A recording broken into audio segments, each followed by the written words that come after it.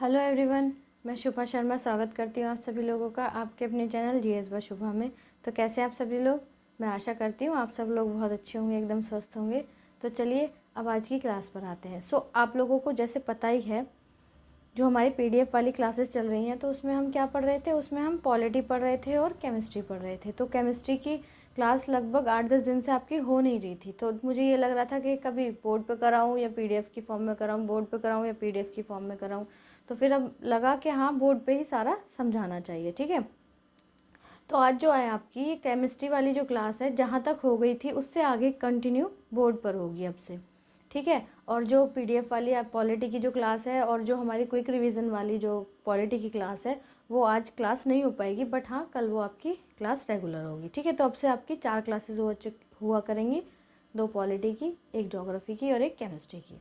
ठीक है, चलिए तो हमने किस बारे में, मतलब हम जो लास्ट क्लास में, जो हमारी अब तक लास्ट क्लास हुई है केमिस्ट्री की, तो उसमें हम कौन से टॉपिक के बारे में पढ़ रहे हैं? उसमें हम एसिड, बेस एंड सॉल्ट के बारे में पढ़ रहे हैं। किसके बारे में पढ़ रहे हैं? Acid,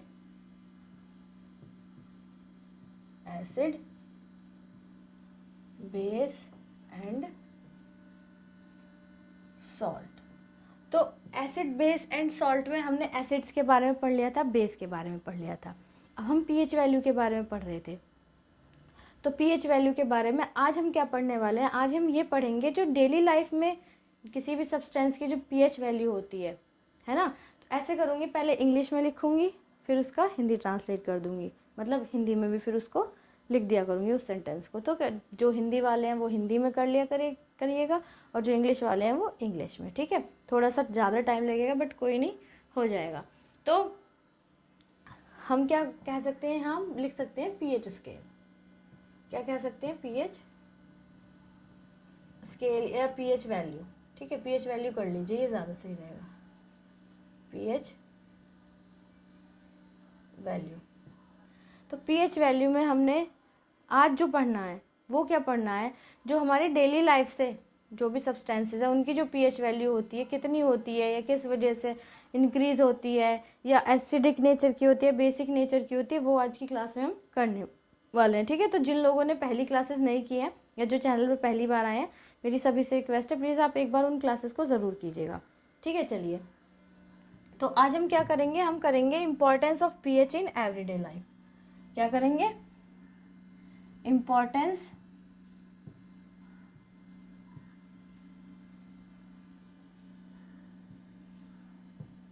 of pH in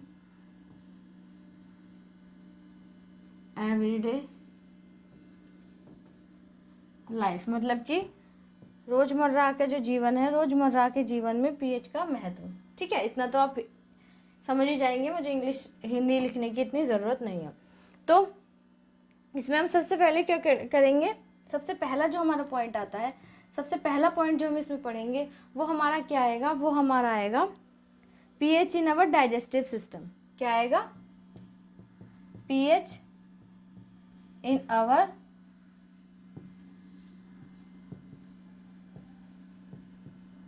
digestive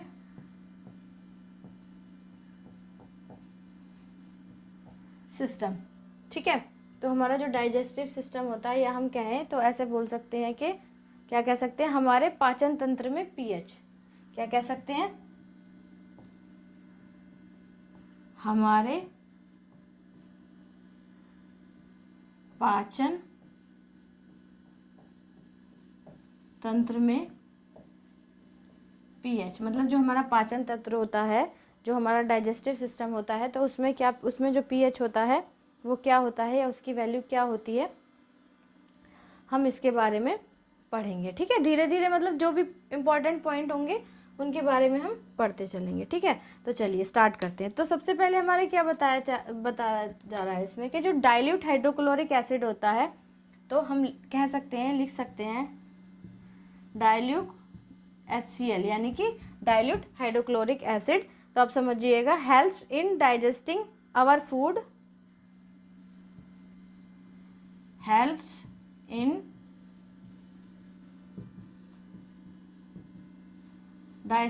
digesting in our food मतलब जो हमारा क्या है, जो हमारा जो HCl है वो हमको किस में हेल्प करता है, without harming the stomach. Food without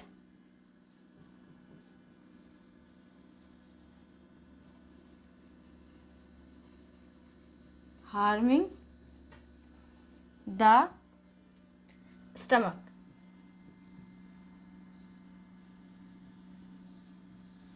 ठीक है, तो आगे इसमें और क्या कहा गया है, इसमें बताया गया है the axis acid in the stomach, the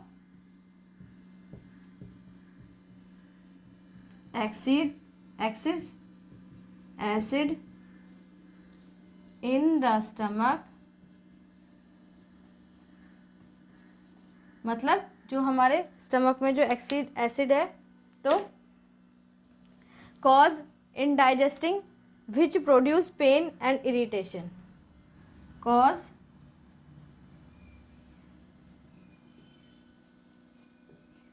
in digesting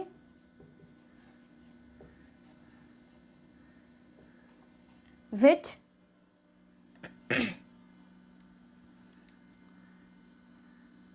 तो क्या है, stomach cause in digesting which produce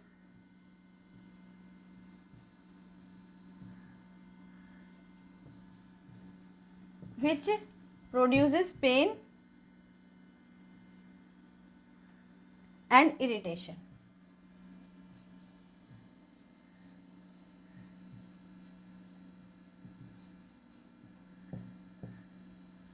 तो जो pH वैल्यू होती है हमारे डाइजेस्टिव सिस्टम की, या हम कह सकते हैं पाचन तंत्र, मतलब हमारे पाचन तंत्र में जो pH वैल्यू होती है वो क्या होती है, डाइल्यूट HCl। डाइल्यूट और कंसंट्रेशन के बारे में मैंने आपको बताया हुआ है।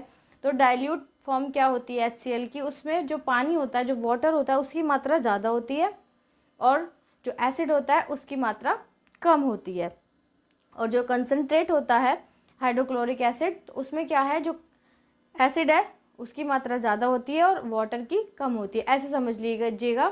जैसे डाइल्यूट है, तो डाइल्यूट में हम क्या कह सकते हैं कि 95% वाटर है और 5% एसिड है, एंड कंसंट्रेशन में क्या है, 95% एसिड है एंड 5% वाटर है। ठीक है, तो डाइल्यूट और कंसंट्रेशन में ये फ़र्क है। ठीक है, तो जहाँ डाइल्यूट आए या जहाँ कंसंट्रेशन आए तो वहाँ आप समझ जाइएगा। ओके, चलिए, तो dilute HCl help in digestion in our body without harming stomach. The excess acid in the stomach cause indigesting which produce pain and irritation।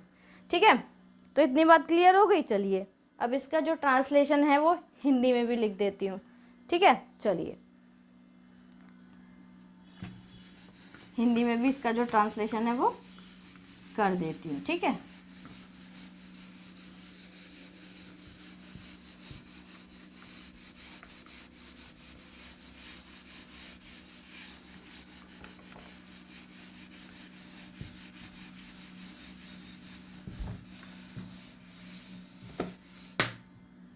तो हिंदी में कहा गया है तनु हाइड्रोक्लोरिक अम्ल,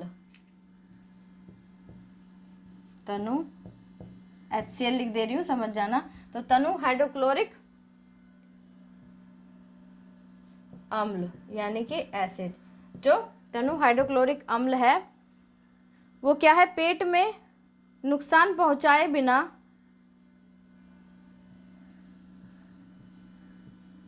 पेट में नुकसान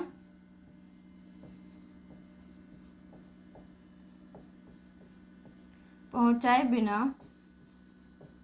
क्या करता है, जो डाइल्यूट जो तनु हाइड्रोक्लोरिक अम्ल है वो क्या करता है, पेट में नुकसान पहुंचाए बिना हमारे भोजन को पचाने में मदद करता है। क्या करता है, हमारे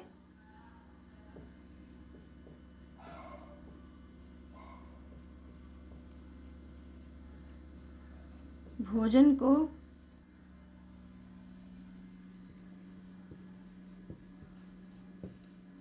पचाने में मदद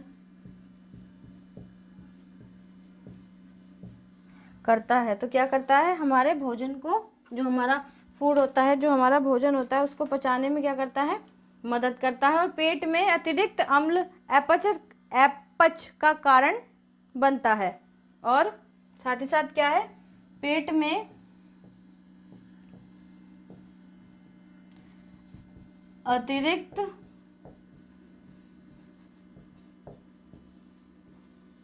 अम्ल अपच का कारण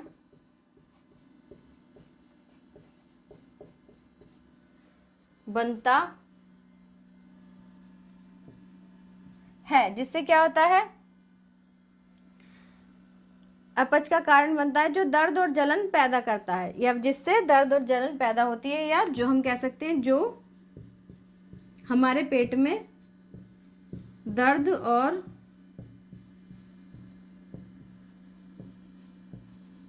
जलन पैदा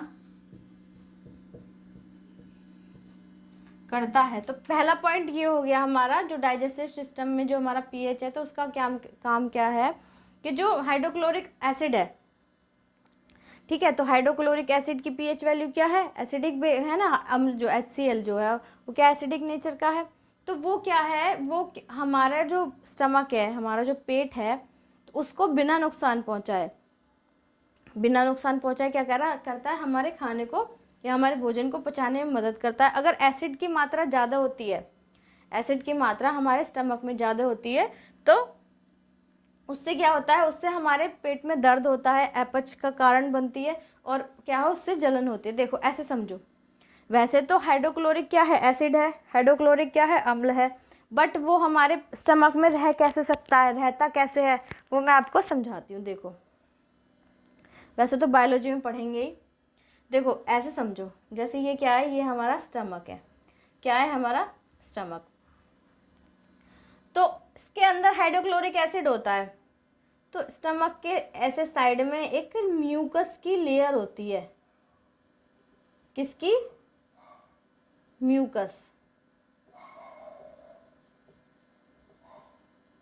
म्यूकस की एक लेयर बनी होती है, अंदर HCl होता है। तो इस जो स्टमक होता है ना, तो ये जो म्यूकस होता है, ये हमारे स्टमक को डिस्ट्रॉय होने से, जलने से, कुछ भी तरीके की कोई प्रॉब्लम होने से बचाता है। अब ये म्यूकस क्या होता है, म्यूकस होता है जो हमारा अंदर जो मलगम होता है, जैसे हमको जुकाम वगैरह हो जाता है, तो उस कंडीशन में जो मलगम निकलता है, तो वो म्यूकस होता है, तो उसकी एक लेयर होती है हमारे स्टमक के अंदर, तो जो हमको किससे प्रोटेक्ट कर रही है, HCl से प्रोटेक्ट कर रही है, ठीक है। तो हम कह सकते हैं कि जो तनु HCl है, अम्ल पेट में नुकसान पहुंचाए बिना हमारे भोजन को पचाने में मदद करता है, पेट में अतिरिक्त अम्ल अपच का कारण बनता है जो दर्द और जलन पैदा करता है, ठीक है।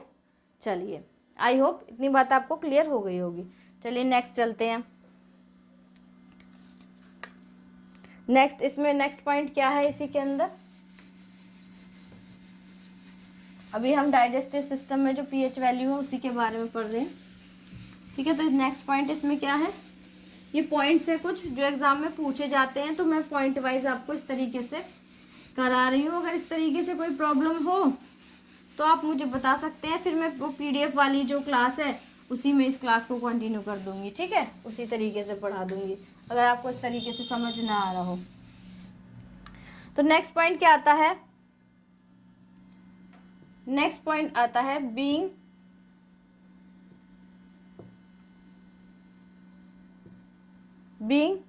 Basic in nature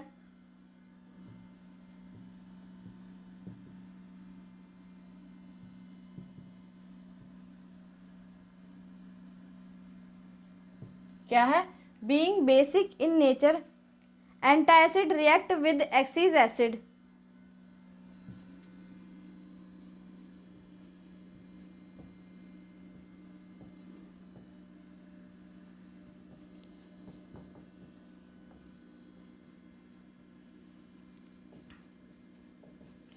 antacid react with excess acid in the stomach and in the stomach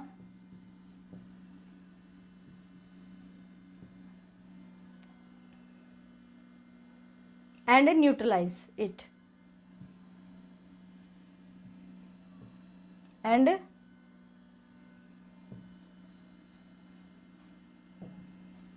neutralise it.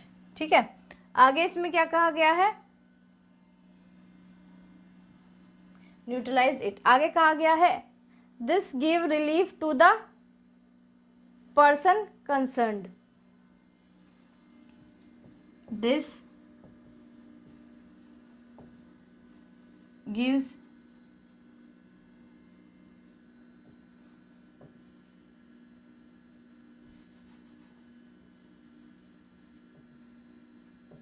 relief to the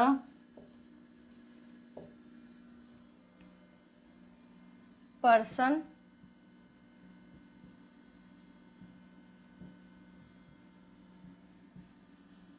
concerned।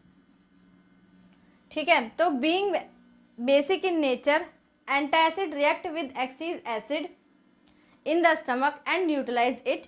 This gives relief to the person concerned। अब इसका मतलब क्या है, जो इंग्लिश में वाले होंगे उन्हें तो समझ आ गया होगा, अब जो हिंदी वाले हैं उनको समझाती हूँ। इसका मतलब क्या है, प्रकृति में क्षारीय होने के कारण, प्रकृति में क्षारीय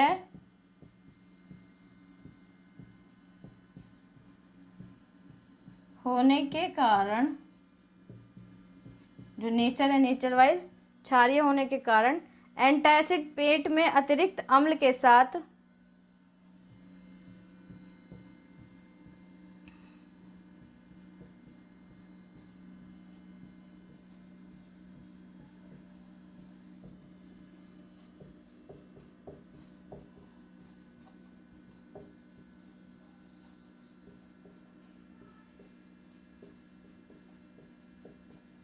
जो एंटासिड होते हैं वो क्या करते हैं, पेट में अतिरिक्त अम्ल के साथ प्रतिक्रिया करता है और इसे बेअसर कर देता है। प्रतिक्रिया या अभिक्रिया, अभिक्रिया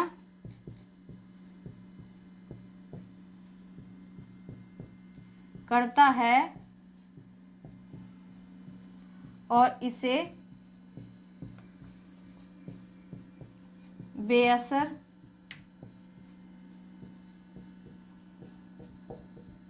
कर देता है। मतलब इसको क्या कर देता है, इसको बेअसर कर देता है। इससे संबंधित व्यक्ति को राहत मिलती है। इससे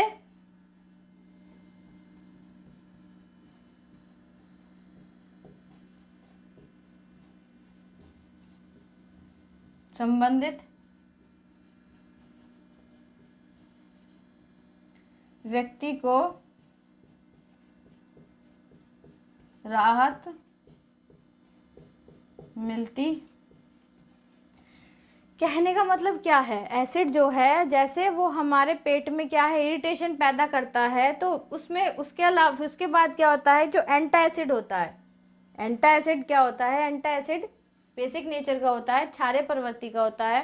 तो जब ये हमारे पेट में जाता है तो वो किसके साथ, एसिड के साथ रिएक्शन करता है, अम्ल के साथ रिएक्शन करता है और इसे बेअसर कर देता है। इससे संबंधित व्यक्ति को राहत मिलती है। मतलब जिनके अंदर पेट स्टमक में एसिड की प्रॉब्लम होती है, पहले तो हमने बताया कि एसिड बन जाता है, तो आगे इसका क्या है, आगे इसमें बताया गया है कि जब एसिड बन जाता है तो एसिड शांत कैसे होता है, एसिड जो बन रहा है जिससे जलन हो रही है पेट में या पेट दर्द हो रहा है, तो वो ठीक कैसे हो रहा है, तो वो ठीक ऐसे हो रहा है कि जो एंटासिड है उसको हमने क्या किया, उसको ले लिया, उसको खा लिया। तो एंटासिड क्या है, बेसिक नेचर का है, तो उससे क्या होगा कि जो एसिड जो हमारे पेट में बन रहा है उससे जो इरिटेशन और जो पेन हो रहा है उससे हमको रिलीफ मिल जाएगी। ठीक है, क्या होगा, रिलीफ मिल जाएगा। तो ऐसे हम समझ सकते हैं कि जो एसिड और बेस आपस में मिलते हैं ना, तो उससे क्या होता है, वो क्या कहते कह लेते हैं कि अगर जैसे किसी तरीके की कोई प्रॉब्लम है इसमें, हमको जैसे इसमें एसिड और बेस आपस में मिले तो उससे क्या हुआ, उसको वो बेअसर हो गया। अगर एसिड की प्रवृत्ति, मतलब एसिड है, एसिड में हमने बेस मिला दिया तो एसिड क्या हो जाएगा, फिर बेअसर हो जाएगा। ये बेस है, बेस में हमने एसिड को मिला दिया तो उस टाइम क्या होगा, जो एसिड होगा वो, ये बेस जो होगा वो बेअसर हो जाएगा। तो ये मतलब एज ए एग्जाम्पल, एक एग्जाम्पल दिया है मैंने आपको जिससे आप ये समझ सकें। ठीक है, चलिए अब इसमें आगे क्या बताया गया है, आगे देखते हैं।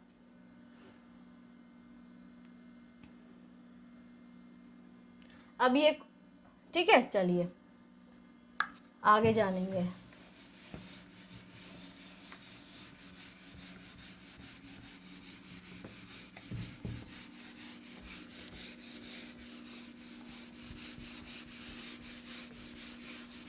ये मैं मिटा दे रही हूँ, ठीक है, थोड़ा स्पेस कम रह रहा है ना इसलिए।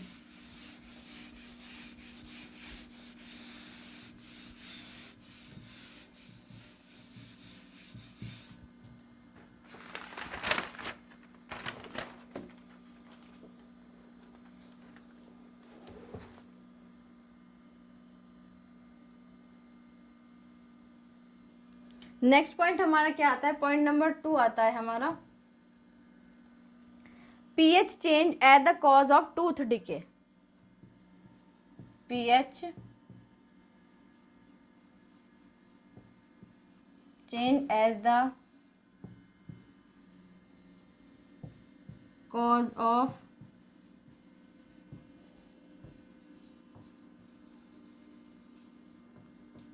Tooth decay. ठीक है, तो हम कह सकते हैं दांत क्षय के कारण के रूप में पीएच परिवर्तन।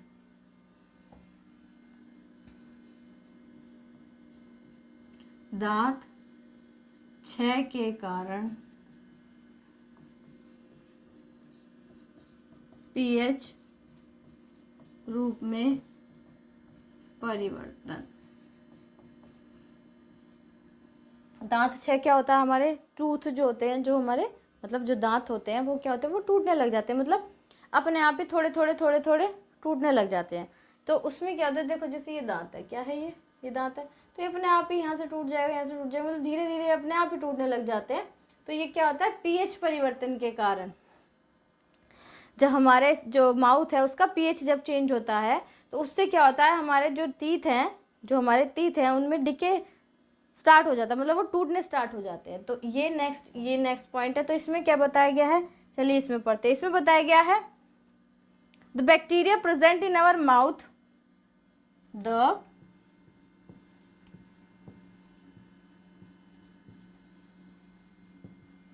द बैक्टीरिया प्रेजेंट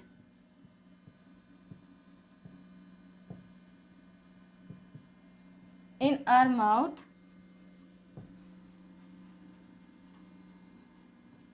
ठीक है, तो क्या होता है, जो बैक्टीरिया होते हैं हमारे माउथ में प्रेजेंट होते हैं, break down the sugar to form acids, break down the sugars to form acid. ये कौन सी शुगर है, हम माउथ चीनी वगैरह हम खाते हैं, मतलब मीठी चीज जो हमारे अंदर जाती है ना, उसकी बात हो रही है। ठीक है, फॉर्म एसिड। आगे tooth decay start when the pH of acid, आगे बताया गया है कि टूथ डिके स्टार्ट, क्या हो गया, tooth decay starts when the pH of acid formed, when the pH of acid formed, क्या formed in the mouth fall below 5.5, in the mouth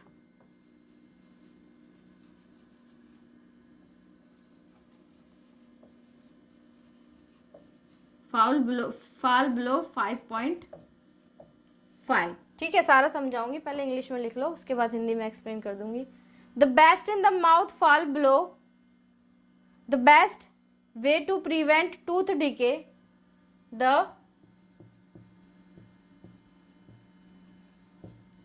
क्या बताया गया है इसमें, क्या कहा गया है, the best way to prevent tooth decay, the best way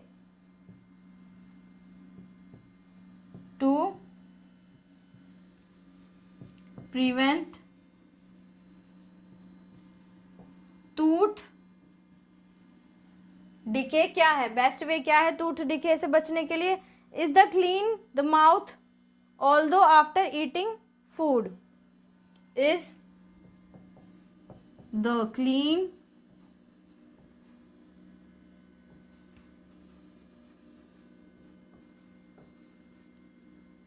mouth although after eating, नहीं नहीं नहीं नहीं, गलत हो गया।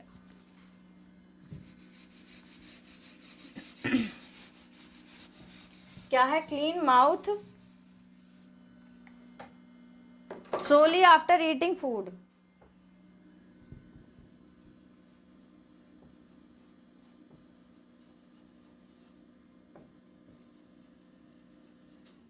After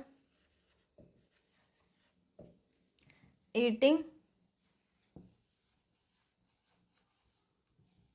food. ठीक है, तो कहने का मतलब क्या है?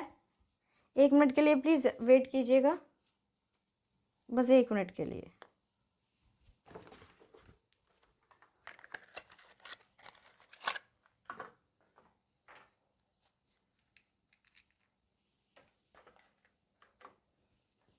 मतलब क्या है? मतलब कहने का ये है कि जब हम कुछ भी चीज़ खाते हैं, हमारे माउथ का जो पीएच लेवल है जितना होना चाहिए, अगर उससे कम हो जाता है, मतलब क्या, कैविटी लग जाएगी, शुगर लेवल माउथ का बढ़ जाएगा।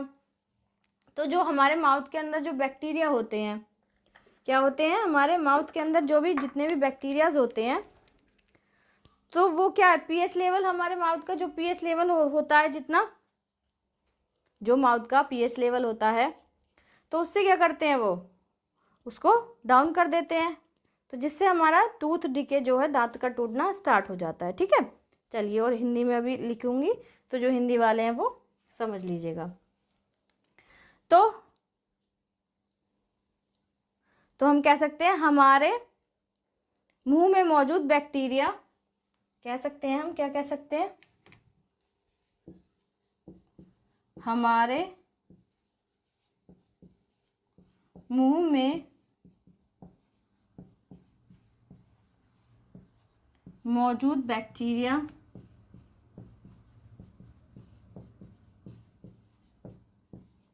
जो हमारे माउथ के अंदर जो भी बैक्टीरिया होते हैं, एसिड बनाने के लिए चीनी को तोड़ते हैं। एसिड, या हम कह सकते हैं अम्ल, बनाने के लिए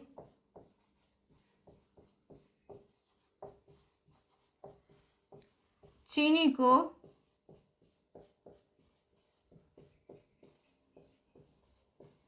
तोड़ते हैं। चीनी मतलब शुगर, शुगर के लिए यहाँ चीनी का यूज़ कर लिया, आप चाहे तो शुगर भी लिख सकते हैं। ठीक है, तो चीनी को, जो शुगर होती है हमारे माउथ के अंदर, उसमें मतलब जो भी हम मीठी चीज़ें खाते हैं, उसको क्या करते हैं, उसको वो ब्रेक डाउन करते हैं, उसको तोड़ते हैं। तो मुंह में बनने वाले एसिड का पीएच मान 5.5 से कम होने पर, तो हम कह सकते हैं कि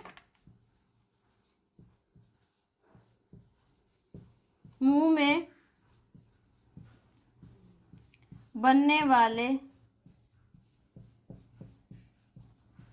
एसिड का पीएच मान किससे, 5.5, वो सॉरी 5.5, 5.5 या 5.5 से कम होने पर दांतों की सड़न शुरू हो जाती है। 5 से कम होने पर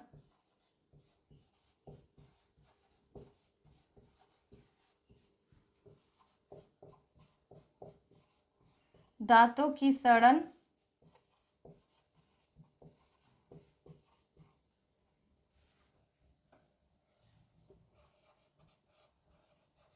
शुरू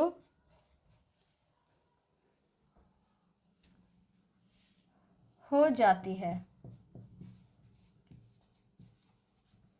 ठीक है, आगे क्या है, आगे है दांतों की सड़न रोकने का सबसे अच्छा तरीका, खाना खाने के बाद मुंह को अच्छी तरह से साफ करना।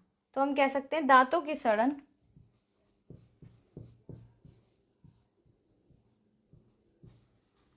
कि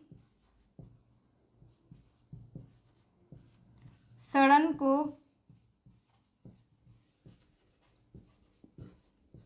रोकने का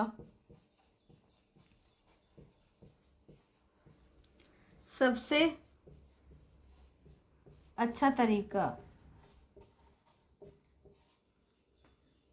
खाने के बाद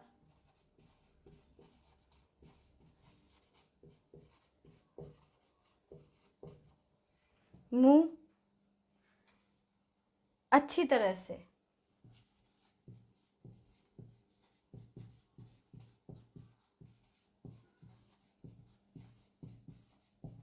साफ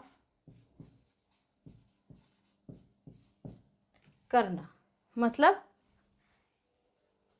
आपको मतलब तो अच्छे से समझ आ ही गया होगा। मतलब कहने का कि तो हमारे माउथ के अंदर, हमारे मुंह के अंदर जो बैक्टीरिया प्रेजेंट होते हैं, तो वो क्या करते हैं, जो शुगर होती है, मतलब कोई भी चीज़ हमने खाई, मीठी चीज़, जो ऐसे बोलते हैं ना कि मीठा खाने के बाद कुल्ला ज़रूर करना चाहिए, दांत अच्छे से साफ करने चाहिए।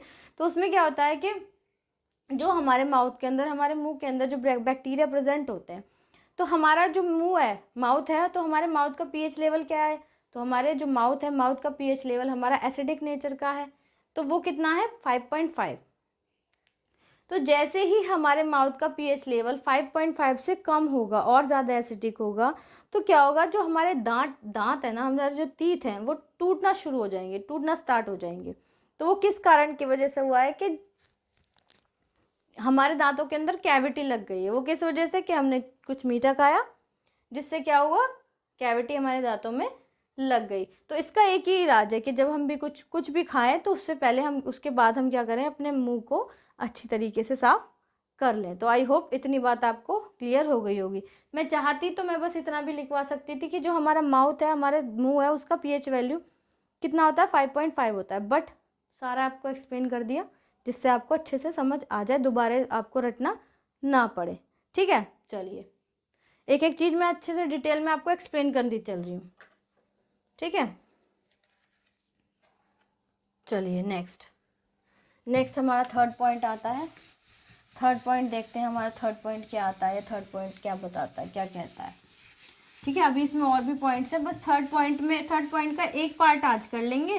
बाकी थर्ड पॉइंट का सेकंड पार्ट और जो फोर्थ पॉइंट है उसमें भी कुछ पार्ट्स हैं, उनको हम नेक्स्ट क्लास में कर लेंगे। ठीक है,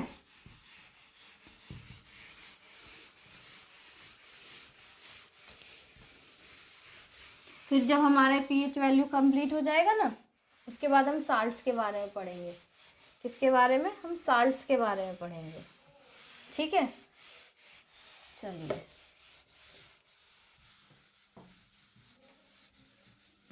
तो थर्ड पॉइंट नंबर थर्ड आता है हमारा। पॉइंट नंबर थर्ड क्या कहता है, plants and animals are sensitive of pH change.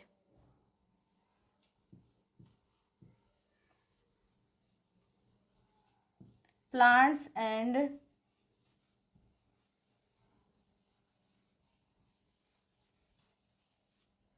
animals are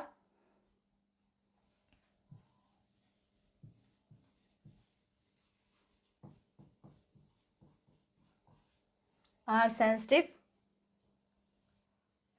of pH change। तो कहने का मतलब क्या है, हम कह सकते हैं कि पौधे और जानवर पीएच परिवर्तन के प्रति संवेदनशील होते हैं। कौन, पौधे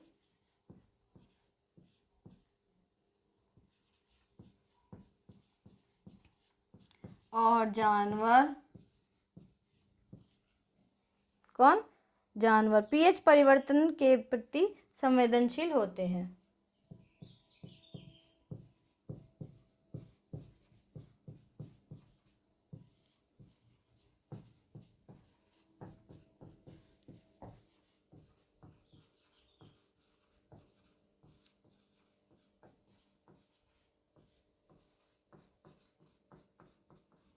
कैसे होते हैं वो अब जानेंगे। ठीक है, तो पहला पॉइंट क्या, इसमें क्या आता है, soil pH and plant growth. क्या आता है,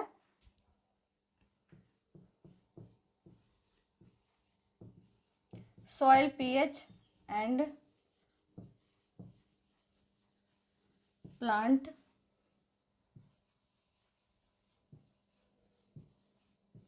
ग्रोथ, मतलब मिट्टी का पीएच और पौधे की वृद्धि।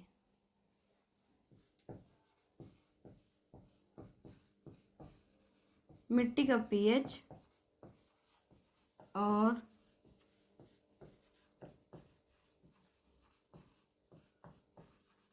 पौधे की वृद्धि। तो क्या कहा गया है? If the soil is too acidic, if the ऐसे कर लो, if the soil is too acidic, मतलब pH क्या है उसका? एसिडिक नेचर का है, बहुत कम है pH.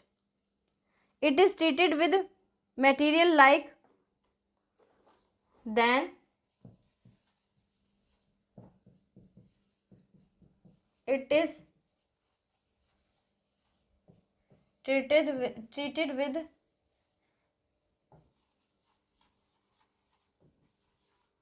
material like quicklime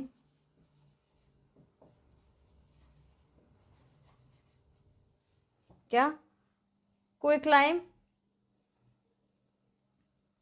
जिसको हम कैल्शियम ऑक्साइड बोलते हैं। क्या बोलते हैं? कैल्शियम ऑक्साइड, मतलब क्विकलाइम को ही हम कैल्शियम ऑक्साइड बोलते हैं। ये सब नाम इसलिए बोल रही हूँ क्योंकि एग्जाम में आ जाते हैं ये, ठीक है। एंड स्लेक्ट लाइम एंड और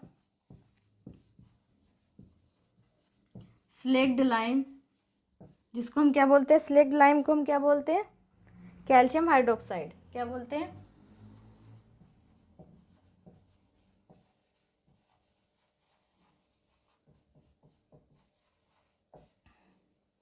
ठीक है, तो क्या बोलते हैं हम? कैल्शियम हाइड्रोक्साइड और चॉक या फिर कैल्शियम कार्बोनेट, और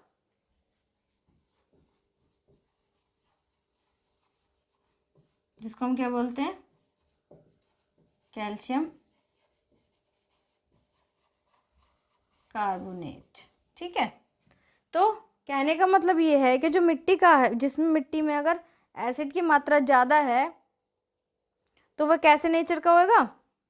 वो मिट्टी कैसे नेचर की होगी? उसमें क्या होगा? उसमें मटेरियल, उसमें जो मटेरियल होंगे ट्रीटेड विद मटेरियल, किसी भी मटेरियल के साथ वो कैसे ट्रीट करे? यदि जैसे क्विकलाइम है, कैल्शियम हाइड्रोक्साइड या स्लेग लाइम या कैल्शियम ऑक्साइड या फिर कैल्शियम कार्बोनेट या चॉक। ठीक है, तो हिंदी में हम कैसे कह सकते हैं? यदि मिट्टी बहुत अधिक अम्लीय है तो इसे क्या है? यदि मिट्टी बहुत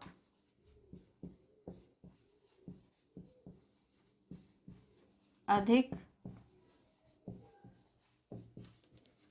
अम्लीय है, यदि क्या है, जो मिट्टी है वो बहुत ही ज़्यादा एसिडिक नेचर की है, अम्लीय है, तो इसे अनबुझा चूना या बुझा हुआ चूना या चौक जैसी सामग्री से उपचारित किया जाता है। तो इसे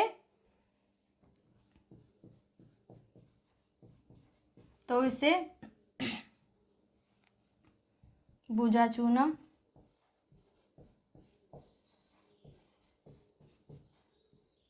या अनबुझा चूना या चौक जैसी सामग्री से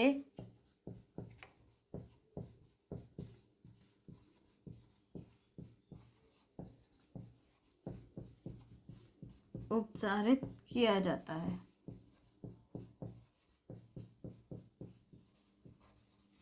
ऐसे समझने की कोशिश करो। देखो, ऐसे होता है कि जैसे कोई मिट्टी है, मतलब किसी भी तरीके की, इंडिया में तो बहुत सारी मिट्टी है, तो एक एरिया की मिट्टी है, उसमें क्या है, उस मिट्टी में एसिडिक नेचर की है, मतलब एसिड ज़्यादा है, तो उसको हम अच्छा करने के लिए, उस मिट्टी की ग्रोथ अच्छी करने के लिए, उससे इस हिसाब से करने के लिए कि हम जिसमें जो प्लांट्स वगैरह हैं वो अच्छे से ग्रो कर जाएं, तो उसमें हम क्या चीज़ मिलाएंगे? उसमें हम बुझा हुआ चूना, ठीक है, या फिर अनबुझा चूना, या फिर चौक, या कह सकते हैं हम क्विकलाइम जिसको हम कैल्शियम ऑक्साइड बोलते हैं, स्लेक लाइम कैल्शियम हाइड्रोक्साइड, या फिर चौक कैल्शियम कार्बोनेट। मतलब ये तीनों चीज़ें, इनमें से ये तीनों चीज़ें मिलाकर, मतलब मैं ये चीज़ आपको समझाने की कोशिश कर रही हूँ कि जहाँ जहाँ से क्वेश्चन, डेली लाइफ से जहाँ जहाँ से क्वेश्चन पूछा जाता है, इसमें से कुछ भी क्वेश्चन बना लेगा। तो किसी भी तरीके से क्वेश्चन घुमा के कैसे भी बना ले, मैंने आपको पूरा डिटेल में लिखवा दिया, डिटेल में करा दिया, तो इससे आपको क्या है, अच्छे से समझ ये आ जाएगा, ठीक है। अभी इसमें एक पॉइंट और है, तो ऐसा करते हैं, कल से इंग्लिश रहने देते हैं, मतलब इंग्लिश में लिखूंगी, और उसको जो हिंदी ट्रांसलेट है वो मैं आप वर्बली कर दिया करूँगी। ऐसे बहुत टाइम लगता है और कोर्स भी कंप्लीट नहीं हो पाने का है फिर, ठीक है। अभी और भी 2 सब्जेक्ट्स हैं, वो भी करवाने हैं, वो भी पूरे करने हैं, तो इंग्लिश में लिख दिया करूँगी, हिंदी में उसका ट्रांसलेट कर लिया करूँगी। तो जो हिंदी वाले बच्चे हैं तो वो अपने हिसाब से उनको लिख लिया करिएगा, ठीक है। तो अभी इसमें और भी रह रहा है, अभी 3rd का ही एक पॉइंट है, फिर 4th है, उसके कुछ पॉइंट्स हैं, देन हम अपना साल्ट पर आएंगे, जो हमारा साल्ट रह रहा है इसमें उस पर आएंगे। धीरे धीरे उसको कंप्लीट करने के बाद फिर नेक्स्ट टॉपिक स्टार्ट कर देंगे, ठीक है। तो आज की क्लास आपको कैसी लगी है प्लीज़ कमेंट में ज़रूर बताइएगा। अगर अच्छी लगी तो प्लीज़ क्लास को लाइक ज़रूर कीजिएगा और बच्चों तक भी शेयर कीजिएगा, ताकि और लोग भी चैनल से जुड़ सकें और डिटेल में जीएस पढ़ सकें। अगर आप इस चैनल पर नए हैं, पहली बार आए हैं, तो प्लीज़ चैनल को सब्सक्राइब ज़रूर कीजिएगा और बेल आइकन को प्रेस कीजिएगा, ताकि जब मैं वीडियो अपलोड करूँ तो आप लोगों तक नोटिफिकेशन आ जाए और आप लोग अपनी पढ़ाई को कंटिन्यू कर सकें, ठीक है गाइज। किसी की कोई भी सजेशंस हो या कोई मॉडिफिकेशन चाहिए या 1 लाइनर के फॉर्म में चाहिए, ऑब्जेक्टिव फॉर्म में चाहिए, वैसे मैं बिल्कुल डिटेल में, बिल्कुल डिस्क्रिप्टिव पढ़ा रही हूँ, जो बेसिक से बोलते हैं जिसको, ठीक है। तो आप प्लीज़ मुझे कमेंट में ज़रूर बताइएगा। सो आज के लिए इतना ही, अब मिलते हैं कल की क्लास में, तब तक के लिए थैंक यू वेरी मच।